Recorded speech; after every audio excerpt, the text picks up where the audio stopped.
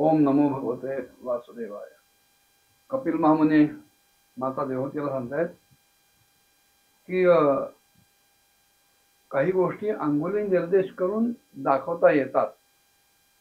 सत्व रज तम हे जे गुण आहेत हे असे अंगुली निर्देश करून दाखवता येत नाहीत,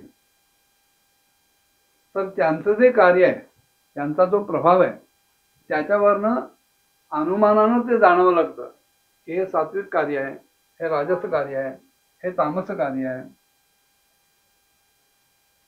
त्या दृष्टीने हे जे निरूपण केलं जातं हे अनुमान प्रधान निरूपण आहे. आजूबाजूला पडलेल्या असंख्य गोष्टी, घटना त्यांचं निरीक्षण करून विचारी माणसं त्यांना 3 वर्गात विभागतात आणि त्यांची 3 स्वतंत्र कारण मानतात. त्यालाच गुण असं म्हणतात. आणि ह्या सत्व रज आणि तम यांच्या परस्परांच्या संयोगातून मिश्रणातून वेळोवेळेला काही ना काहीतरी निर्माण होतं. तीच ही सृष्टी आहे. आता म्हणाल मी तेजस अहंकाराचा प्रभाव सांगतो की ह्या अहंकारामध्ये विकार निर्माण झाला की बुद्धितत्व निर्माण होतं. आणि बुद्धीचं कार्य असं आहे की वस्तुत स्फुरणरूप विज्ञान आणि इंद्रियांचे व्यापार यांना ते मदत करतं. पदार्थांचं विशेष ज्ञान करून देतं. वृत्तींमध्ये काही भेद होतात. संशय, विपर्य म्हणजे विपरीत ज्ञान, निश्चय, स्मृती, निद्रा इत्यादी हे त्या बुद्धीचं लक्षण आहे. आणि हे बुद्धितत्व म्हणजेच प्रद्युम्न आहे. प्रद्युम्न ही त्याची उपास्य देवता आहे. सर्व इंद्रिय ही सुद्धा या तेजस अहंकाराचं कार्य आहे. कर्म आणि ज्ञान या विभागाद्वारे त्यांचे कर्मेंद्रिय आणि ज्ञानेंद्रिय असे 2 भेद होतात. आणि यामध्ये प्राणांची शक्ती असते आणि ज्ञानामध्ये बुद्धीची शक्ती असते. भगवंताच्या चेतना शक्तीच्या प्रेरणेनं तामस अहंकार जेव्हा विकृत होतो तेव्हा त्याच्यातून शब्द तन्मात्रा जन्माला येतात, त्यांचा प्रादुर्भाव होतो. आणि त्या शब्द तन्मात्रातून आकाश आणि त्याचप्रमाणे शब्दाचं ज्ञान करणारं श्रोत्रेंद्रिय निर्माण होतं. हा जो शब्द आहे हा अर्थाचा प्रकाशक असतो. किंवा आडून एखाद्याने काही सांगितलं, उच्चारलं, तर त्याचा खरा काय अर्थ आहे तेही कळून देतं, त्याचं ज्ञान करून देतं. आणि आकाशाचं सूक्ष्म रूप असणं हेही त्या शब्दाचं लक्षण आहे. शिवाय सर्व प्राणीमात्रांना त्यांच्या स्थितीसाठी अवकाश देणं, आत बाहेर सर्वथा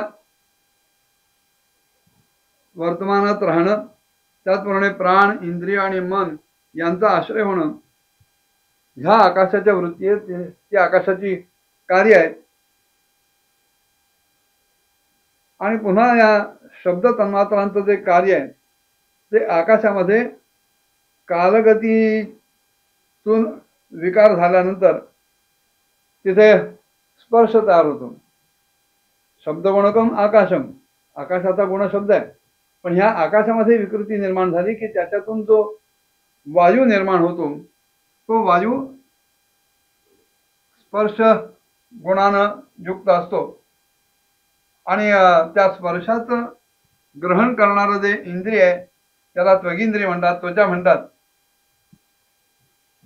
त्या त्वचेचं वैशिष्ट्य असं आहे की ती कोमलता, कठोरता, शीतलता, उष्णता आणि त्याचप्रमाणे वायूचं सूक्ष्म रूप सुद्धा जाणू शकते। ही सगळी त्या स्पर्शाची लक्षणं आहेत। झाडांच्या फांद्या हलवणं, तृण, गवत, कसपट किंवा इत्यादी अन्य हलक्या वस्तू यांना एकत्र करणं, इकडून तिकडे पोहोचवणं, किंवा गंधादियुक्त जी द्रव्य असतात त्यांना घ्राणादी इंद्रियांच्या जवळ नेणं आणि शब्दाला श्रोत्रेंद्रियाच्या जवळ नेणं आणि सर्व इंद्रियांना कार्यशक्ती देणं, ही वायूच्या वृत्तीची लक्षणं आहेत। त्यानंतर भगवंताच्या प्रेरणेनं त्या वायूमध्येच स्पर्श तन्मात्रा विशिष्ट अशा त्या वायूमध्ये विकृती निर्माण झाल्यानंतर त्याच्यातून रूप तन्मात्रा निर्माण होते आणि तेजाची निर्मिती होते आणि त्या तेजामुळं पदार्थाला रूप मिळतं की जे रूप बघण्याचं कार्य सामर्थ्य नेत्रेंद्रियामध्ये असतं। माझे कपिल महामुनी म्हणतात की वस्तूच्या आकाराचा बोध करणं किंवा गौण होणं, द्रव्याच्या अंगरूपानं अनुभवाला येणं, द्रव्याचा जसा आकार प्रकार असेल, परिणाम असेल, त्या रूपात ते उपलक्षित होणं आणि तेजाला रूप देणं, हे सगळं त्या रूप तन्मात्रांच्या वृत्ती आहेत। चमकणं, शिजवणं, थंडी दूर करणं, सुकवणं, तहान भूक निर्माण करणं आणि त्यांच्या निवृत्तीसाठी भोजन आणि जलपान करवणं, ह्या सगळ्या तेजाच्या वृत्ती आहेत। पुढे क्रमानं भगवंताच्या प्रेरणेने रूप तन्मात्रा युक्त अशा तेजामध्ये विकृती निर्माण होते आणि त्याच्यातून रस तन्मात्रा निर्माण होऊन त्यातून जल किंवा रसाचं ग्रहण करणारी जिह्वा म्हणजे रसनेंद्रिय उत्पन्न होते। वास्तविक रस हा आपल्या शुद्ध स्वरूपात एकच आहे, पण अन्य भौतिक पदार्थांशी त्यांचा संबंध आला की मग तुरट, गोड, तिखट, कडू, खारट अशा 6 प्रकारे त्या रसामध्ये भेद तयार होतात। भिजवणं किंवा माती वगैरे द्रव्यांचा गोळा तयार करणं, तृप्ती आणणं, जिवंत ठेवणं, एखाद्याची तहान भागवणं, पदार्थाला मृदू मऊ करणं, तापाची निवृत्ती करणं आणि कूप तडागाची गोष्टींमधून काढल्यानंतर तिथे वारंवार पुन्हा प्रकट होणं, ह्या जळाच्या वृत्ती आहेत। आणि याच्यानंतर भगवंताच्या प्रेरणेनं रसस्वरूप अशा जलामध्ये जेव्हा विकृती तयार होते तेव्हा त्याच्यातून गंध तन्मात्रा आणि त्या तन्मात्रेतून पृथ्वी तयार होते। त्या पृथ्वीचा गंध ग्रहण करणारं घ्राणेंद्रिय प्रकट होतं। गंधवती पृथ्वी असं म्हटलं जातं। इथेही गंध खरा तर एकच असतो, तरी सुद्धा बाकी द्रव्ये एकमेकांशी मिसळल्यामुळं कमी अधिक प्रमाणात मिश्रित गंध, दुर्गंध, सुगंध, मृदू, तीव्र किंवा आंबटसर अशा अनेक प्रकारचा तो गंध होत जातो। प्रतिमादी रूपाने परब्रह्माची साकार भावना होणं म्हणजेच त्याला मूर्त रूप मिळणं, मूर्तीचा आश्रय होणं,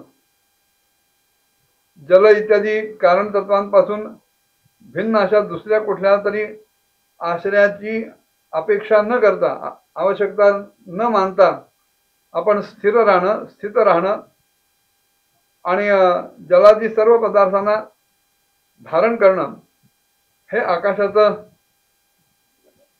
किंवा आकाशादिकींचा अवच्छेद करणं, जसे आकाशामध्ये भाग पडणं, घटाकाश मठाकाश इत्यादी प्रकारे, आणि काही विशिष्ट परिणामांमुळे संपूर्ण प्राण्यांमध्ये स्त्रीत्व पुरुषत्व इत्यादी गुणांना प्रकट करणं हे पृथ्वीचं कार्यरूप लक्षण आहे. आकाश, वायू, अग्नी, जल आणि पृथ्वी हा सूक्ष्माकडून स्थूलाकडे होत जाणारा प्रवास आहे. आणि अलीकडचं तत्व पुढच्या तत्वाचं कारण आहे आणि पुढचं तत्व अलीकडच्या तत्वाचं कार्य आहे. आकाशाचं कार्य वायू आहे, वायूचं कार्य अग्नी आहे, अग्नीचं कार्य जल आहे आणि जलाचं कार्य पृथ्वी आहे. पण कारणाचे सगळे गुण कार्यामध्ये उतरतात या सिद्धांताप्रमाणे आकाशाचा शब्द हा गुण आहे तो वायूमध्ये येतो. वायूचा स्वतःचा जो स्पर्श गुण आहे तो स्पर्श गुण आणि आकाशाचा शब्द गुण हा पुढच्या अग्नितत्वात येतो. शब्द आणि स्पर्श याच्यासह अग्नीमध्ये रूप हा गुण येतो. शब्द स्पर्श रूप याच्या सकट पाण्यामध्ये रसवत्व येतं आणि हे चारही गुण घेऊन शेवटी पृथ्वी आपला स्वतंत्र गंध हा गुण घेऊन प्रकट होते. अशा प्रकारे ही सृष्टीची रचना कपिल महामुनी आपल्या आईला समजावून सांगतायत.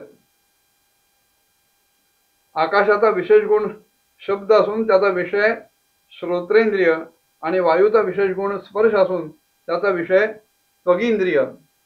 तेजाचा विशेष गुण रूप आहे आणि त्याचा विषय आहे नेत्रेंद्रिय. आणि जलाचा विशेष गुण रस असून त्याचा विषय रसनेंद्रिय आहे.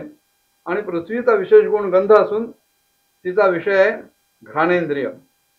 प्रत्येक महाभूताचे गुण पुढच्या महाभूतामध्ये उतरत जातात, अनुगत होत जातात.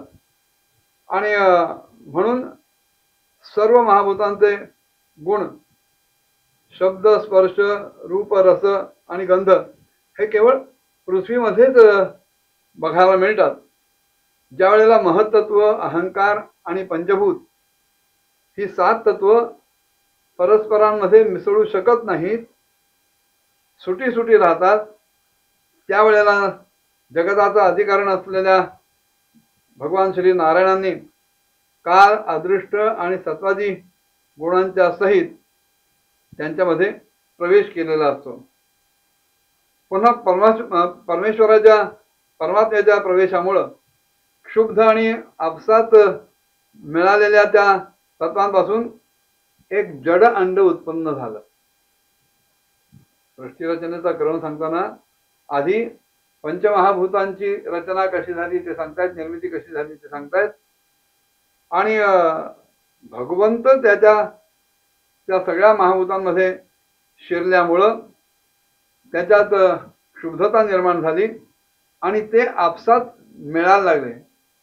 आकाशाशी वायू जोडला गेला, वायूशी जल जोडलं गेलं, जलाशी अग्नी जोडला गेला, अग्नीशी पृथ्वी जोडली.